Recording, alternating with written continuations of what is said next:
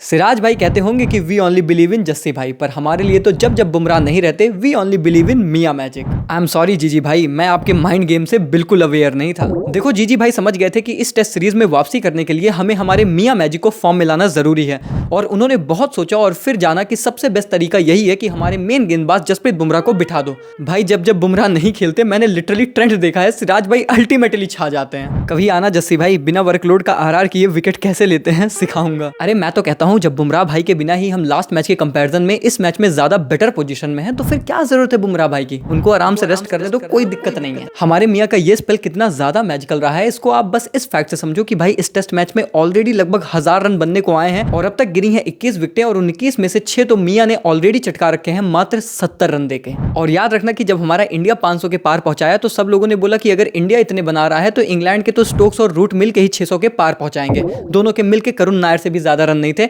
और उसका भी क्रेडिट हमारे मियां मैजिक को ही जाता है। सारे उनके ऑरा का कर दिया। टेस्ट क्रिकेट में तीसरा दिन आमतौर पर मूविंग डे होता है, और डेफिनेटली हमारी टीम इंडिया ने इस मैच को लगभग अभी तक अपने कब्जे में रखा है, क्योंकि डेफिनेटली हमारे पास 9 विकेटें हाथ में और 244 रन की भारी भरकम लीड ऑलरेडी हमने बना रखी है। डे 4 पे मौका है कि हम इसको और बड़ा बनाएं, लेकिन सवाल यह है कि कितना बड़ा बनाएं और किधर जा रहा है ये मुकाबला, चलिए समझते हैं। दिन की शुरुआत होते ही हमारे मियां मैजिक चल गए और कह रहे थे कि अगर आकाश 2 बैक टू बैक विकेट ले सकता है तो आखिर मैं क्यों नहीं, और इन्होंने पकड़ी 2 सबसे महत्वपूर्ण मछली यानी कि बेन स्टोक्स और जो रूट, और उनकी विकेट लेकर इंग्लैंड की आधी टीम को मात्र 84 रन पर पवेलियन भेज दिया।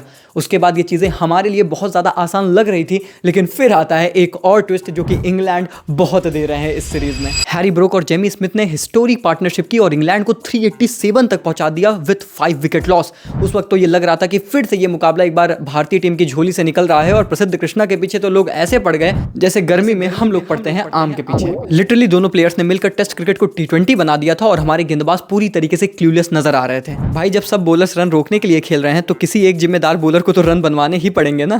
2 क्विक विकेट चटकाने के बावजूद भी पहले सेशन में इंडियन टीम 6.3 के रन रेट से रन खा गई, और भैया जेमी स्मिथ जो कि जस्ट अभी आए थे क्रीज पर, उन्होंने लंच से पहले ही शतक जड़ दिया। लेकिन फिर नई गेंद के साथ आते हैं आकाशदीप, चटकाते हैं 2 बैक टू बैक विकेट, जिसमें से एक हैरी ब्रोक दूसरे क्रिस वोक्स थे, और जो लोअर ऑर्डर कंट्रीब्यूशन की उम्मीद इंग्लैंड एक बार फिर से लगाए बैठा था, इस बार वो हमारे मियां मैजिक ने नहीं होने दिया। आकाशदीप और सिराज ने मिलकर 2-13-2 मेरा खेला और सारी विकेटें इंग्लैंड की चटका ली, और इंग्लैंड को 180 रन के बड़े मार्जिन से पीछे धकेल दिया। डीएसपी सिराज टू आकाशदीप 6 मेरा 4 13, बाकी बच्चे लोगों का। हैरी ब्रोक और जेमी स्मिथ को छोड़कर इंग्लैंड के बाकी बल्लेबाजों ने कितनी खराब बल्लेबाजी की, इसका परिणाम आप इससे देख सकते हो कि 300 प्लस रन की पार्टनरशिप दोनों बल्लेबाजों ने मिलकर की, और स्टिल इंग्लैंड 407 रन पर ऑल आउट हो गया, जो कि हिस्टोरिक था कि किसी टीम के 300 प्लस की पार्टनरशिप 2 बंदे कर जाएं और उसके बाद भी वो टीम इतने कम रनों पर तो आज तक कभी ऑल आउट नहीं हुई। खैर 180 रन की लीड ऑलरेडी टीम इंडिया को काफी आगे इस मैच में ढकेल दी थी, और उसके बाद बचे हुए जो ओवर थे उसमें जिस तरीके से हमारे यशस्वी जायसवाल और केएल राहुल ने बल्लेबाजी की है,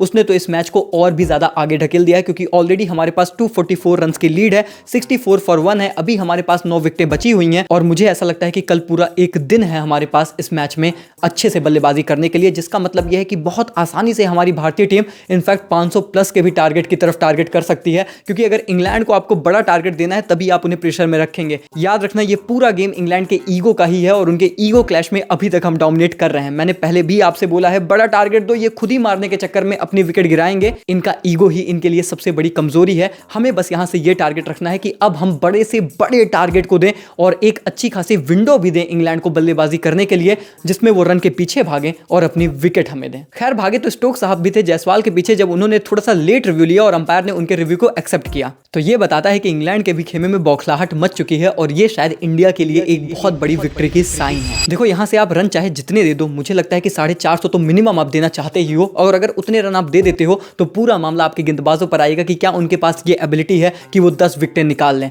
मैं शुरू से जो कह रहा हूं अभी भी उसी स्टेटमेंट पर हूं, मामला गेंदबाजों का ही है। क्या आप 10 विकेट चटका सकते हो? अगर आप वो कर पाओगे तो ये टेस्ट मैच आपका होगा, नहीं तो इंग्लैंड जीत भी सकता है या फिर ड्रॉ की भी तरफ ले जा सकता है। हालांकि इंग्लैंड ये कहता है कि उनके लिए या तो विन है या तो फिर लन है, तो हमारे लिए विन के चांसेस ज्यादा हैं। खैर दोस्तों, आपको क्या लगता है कि इस मैच में अब क्या होने वाला है? मुझे कमेंट्स में जरूर बताएं। कितना टारगेट इंडिया को सेट करना चाहिए फॉर टीम इंग्लैंड, ये भी मुझे बताना। वीडियो को लाइक करो, चैनल को सब्सक्राइब करो, और क्या लगता है कि लॉर्ड्स में जाते हुए 1-1 की बराबरी हो रही है? बता दो। मिलते हैं तब तक के लिए, take care, good bye, thank you so much.